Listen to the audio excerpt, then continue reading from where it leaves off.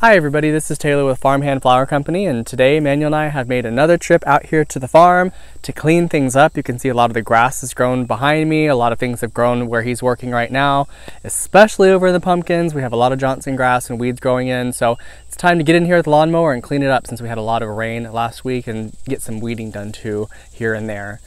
Today I will also be turning all of our pumpkins, and I'll hopefully by doing that try to get an official count of what we're looking at having this season when it comes to pumpkins and our gourds.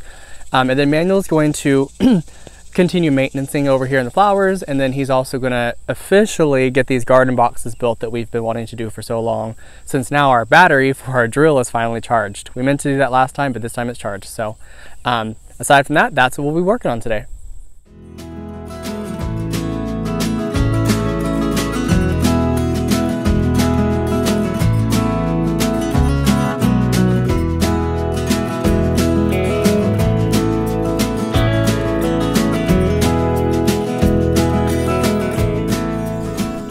Alright guys, so I've been putting together most of these boxes with the help of my mom and dad, who've been holding up the boxes, the pieces of wood for me, while Manuel continues to work on laying some weed fabric into the beds. We didn't plan on doing that today, but Manuel wanted to see that it was done since he's putting in the new sprinkler heads that we have as well. I don't think he has the sprinklers. Oh, he has one on the first one. So let me show you our little irrigation setup that we've got here.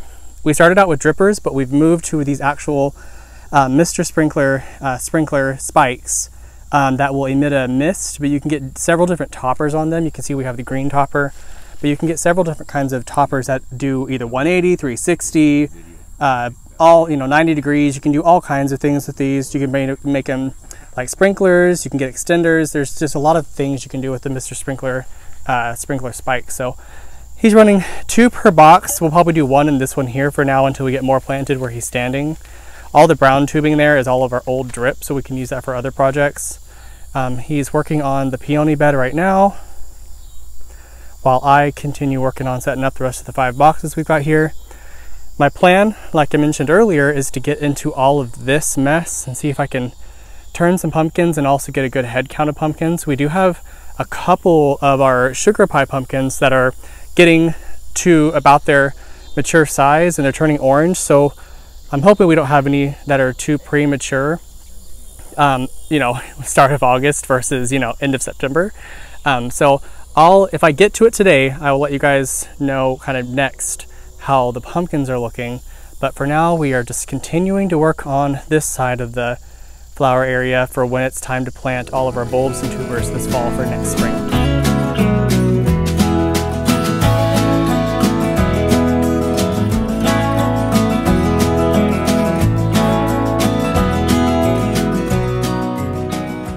Alright guys, so here is one of ours that I broke on accident. Oops.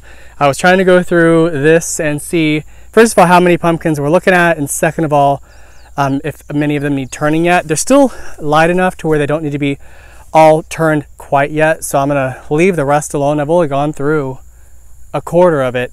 I counted about maybe 12 or 13 of these so far in the quarter that I went through, so maybe we'll have like 50, I don't know. But these are the jack-o'-lantern pumpkins. We've got our sugar pie pumpkins in there too.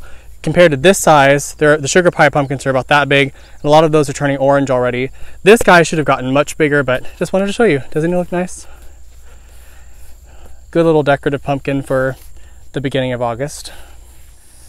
All right, everybody, it's starting to get dark out here, so we're just about done doing what we'll do this weekend. I wanted to show you real quick Manuel and my mom's hard work on the sprinkler system they just did. I'll show you one of our peony beds that we've got here. We've got the fabric in finally, and then we've got this awesome, oh, it's not hitting me here because it's like, what is this, 180?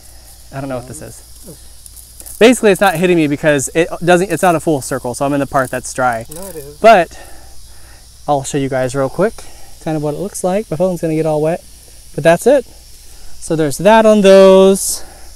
Let's check out the spray on this puppy. And then he's got the drip line going through this one here. He just planted some gem corn. I don't think we may not sell gem corn. I don't know. Gem corn is cute for the fall and autumn. We may not sell it, I'm not sure, but Manuel just wants to try to grow it just for fun. If you've seen gem corn, it's so beautiful. He wants to give it a shot and see what it looks like once he gets it grown. He's planting it really late, so we'll see if we get anything out of it. But yeah, This is how it's looking. Here's another one of our beds. This is where we have our coneflowers. And you can see there's another sprayer right there. My phone's probably getting soaked. But yeah, there's another sprayer there. And that's how it's looking so far. You just saw a little bit ago the pumpkin that I pulled while I was going through the patch over here. So we'll have to go through it again here shortly in a couple of weeks once the pumpkins get a little bit heavier. And then we'll see how they're looking at that point. They don't really need to be turned, like I said earlier, quite yet. They're still pretty light, but I also wanted to get a good head count. And going through a quarter of this, it's quite a few pumpkins, so I'm happy for that. So we're working on the next row of garden beds here as well. Like I've mentioned before, we're just getting ready for fall and October when we're going to put everything into the ground for the coming spring.